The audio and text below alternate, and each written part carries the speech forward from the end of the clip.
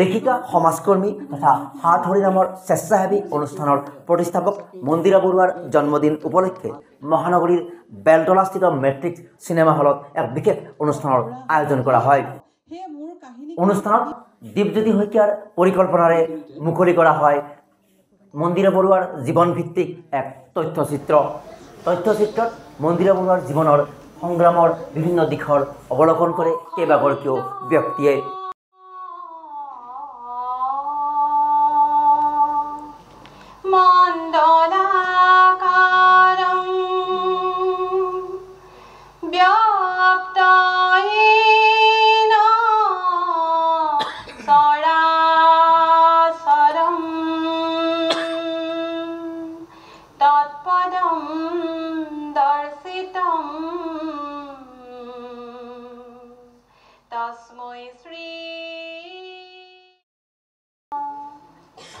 জনপ্ৰিয়তা সাফল্যতাৰ শীৰ্ষত থাকিও সদায় সহজ সুলভ হাঁহিৰে সকলোৰে মন জয় কৰা এগৰাকী মহিলা।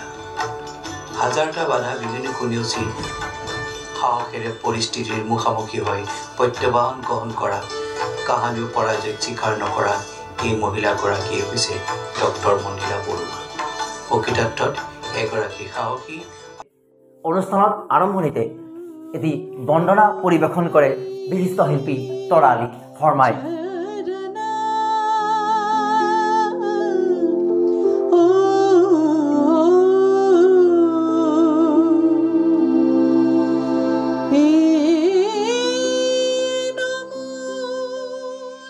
অনুষ্ঠানত অৱসৰপ্ৰাপ্ত অধ্যাপিকা ডক্টৰ নিৰুপমা মহন্ত, বিশিষ্ট অভিনেত্ৰী চেতনা দাস, বিশিষ্ট চলচ্চিত্ৰ পৰিচালক কৃপাল কলিতাকে ধৰি ভালেসংখ্যক ব্যক্তিয়ে অংশগ্ৰহণ কৰে। হাতহৰিৰ সদস্যসকলৰ সমবেত কণ্ঠৰ গীত পৰিৱেশন আছিল অনুষ্ঠানৰ আন এক অন্যতম দিশ।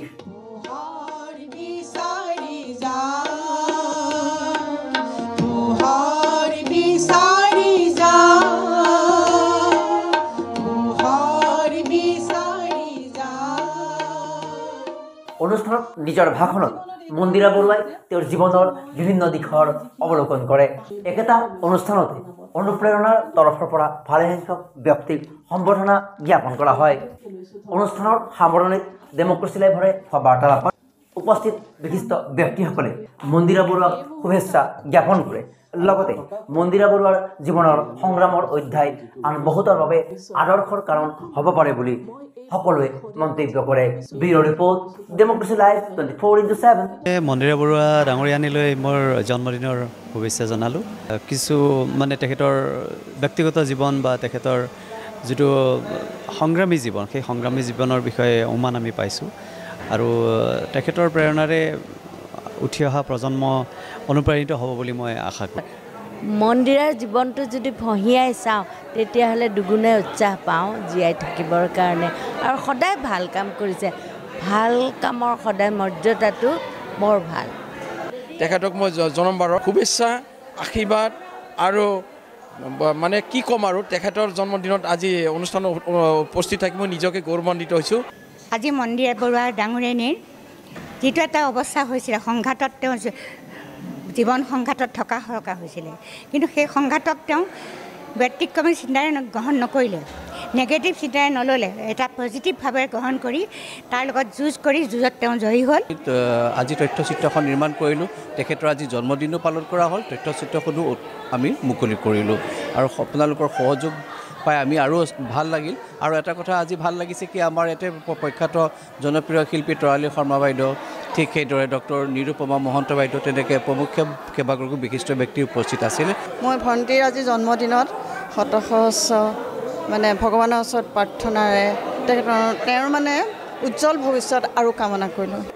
মোৰ জীৱনটো মই আগুৱাই নিবলৈ মন্দিৰা বাইদেউৰ পৰা কিছু সাহস পাইছোঁ। গতিকে আজি উপজা দিনত তেখেতৰ এই অনুষ্ঠানটো থাকিবলৈ পাই মই তেখেতক ধন্যবাদ জনাইছোঁ আৰু উপজা দিনৰ শুভেচ্ছা জ্ঞাপন কৰিছোঁ। মন্দিৰা বাইদেউৰ উপজা দিন উপলক্ষে বাইদেউলৈ বহুত মৰম আৰু শুভেচ্ছা জনালোঁ আৰু ডেম'ক্ৰেচি লাইভ মৰমলেণ্ডলৈও বহুত শুভেচ্ছা জনালোঁ। Thank U. মন্দিৰা বাইদেউৰ কাৰণে সদায় ভগৱানৰ ওচৰত আমি প্ৰাৰ্থনা জনাইছোঁ যাতে তেওঁ উজ্জ্বলি থাকক।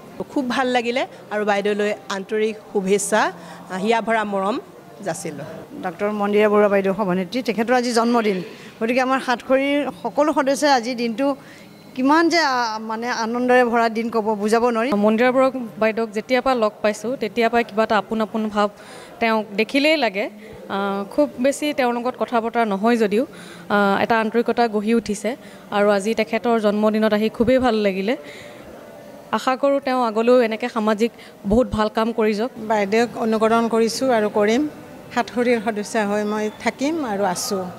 তেখেতে সমাজৰ কাৰণে ইমান ভাল কাম কৰিছে আৰু সেই ষ্টৰিটোৰ লগত যিহেতু জড়িত হ'ব পাৰিছোঁ মই সেইটো খুব ভাল লাগিছিল। তেখেতৰ যিটো জীৱন আমি গম পালোঁ এতিয়া, খুবেই ভাল লাগিল। তেওঁৰ পৰা বহুতখিনি প্ৰেৰণা আমি ল'ব পাৰোঁ আৰু মানে তেখেতে যিটো সংগ্ৰামৰ জীৱনত বা যিটো পৰিস্থিতিৰ সময়ত তেখেতে ভাঙি যোৱা নাই, সেয়া আমি তাৰ পৰা আপুনি শিক্ষা ল'ব লাগিব। আমাৰ মন্দিৰা বাইদেউলৈ বহুত শুভেচ্ছা থাকিল। আমাৰ ব্ৰহ্মকুমাৰী অনুষ্ঠানৰ পৰাই আমি শুভেচ্ছা জনাইছোঁ। তেওঁ দীৰ্ঘায়ু হওক, তেওঁ সদায় সফল হওক।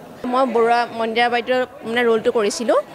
বাইদেউৰ যিমানখিনি ষ্ট্ৰাগল কৰিলে, যিমানখিনি তেখেতে লাইফটোত চলিলে, গোটেইখিনিৰ ওপৰতে হৈছিলে। আৰু আচলতে অনুপ্ৰেৰণা নামৰ এটা সামাজিক আৰু সাংস্কৃতিক উন্নয়ন সংস্থাই এই তথ্যচিত্ৰখন বনাইছিলে আৰু আমিনো তথ্যচিত্ৰখনৰ ওপৰত কি ক'ম, নিজৰ গুণ বোলে বখানিবলৈ নিজে যদি যাওঁ তেতিয়াহ'লে আনৰ কাণত বিষ দিয়া হয়, আপোনালোক সকলোৱে জানে।